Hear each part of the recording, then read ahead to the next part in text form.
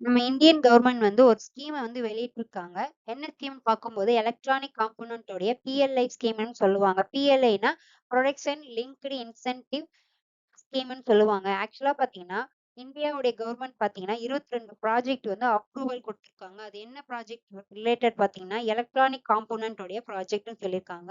For example chip, IC இது மாதிரி இருக்கும்ல அதுதான். ஸோ இந்த ப்ராஜெக்ட்க்கு பார்த்தீங்கன்னா, எவ்வளோ இன்வெஸ்ட் பண்ணியிருக்காங்கன்னா, 41,863 கோடி வந்து இன்வெஸ்ட் பண்ணியிருக்காங்க.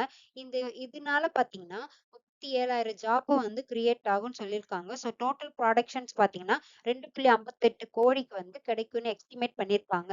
ஸோ இதனால பார்த்தீங்கன்னா, பிஎல்ஐ அப்ரூவல்னால பாசிட்டிவ் ஃபார் எலக்ட்ரானிக் கம்பெனிஸ்க்கும் சரி, ஜாப் கிரியேஷன்ஸ்க்கும் சரி, லாங் டெர்ம் இன்வெஸ்டருக்கும் சரி, ரொம்ப யூஸ்ஃபுல்லா இருக்கும்ன்னு சொல்லியிருக்காங்க.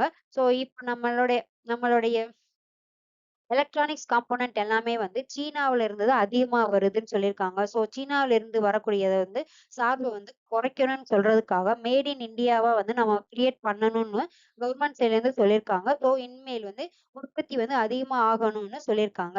அது மட்டும் இல்லாம சில ஸ்டாக்ஸ் எல்லாம் இதனால பெனிஃபிட் ஆகும். என்னென்ன ஸ்டாக்ஸ் பார்த்தீங்கன்னா, எலக்ட்ரானிக்ஸ் உடைய தயாரிக்கக்கூடிய கம்பெனிஸ் தான் டெக்ஸான், டாடா எலக்ட்ரானிக்ஸ், கைனிஸ் ஃபார் எக்ஸெட்ரா. இந்த மாதிரி கம்பெனிஸ் எல்லாமே வந்து பெனிஃபிட்டா இருக்கும்னு சொல்லியிருக்காங்க.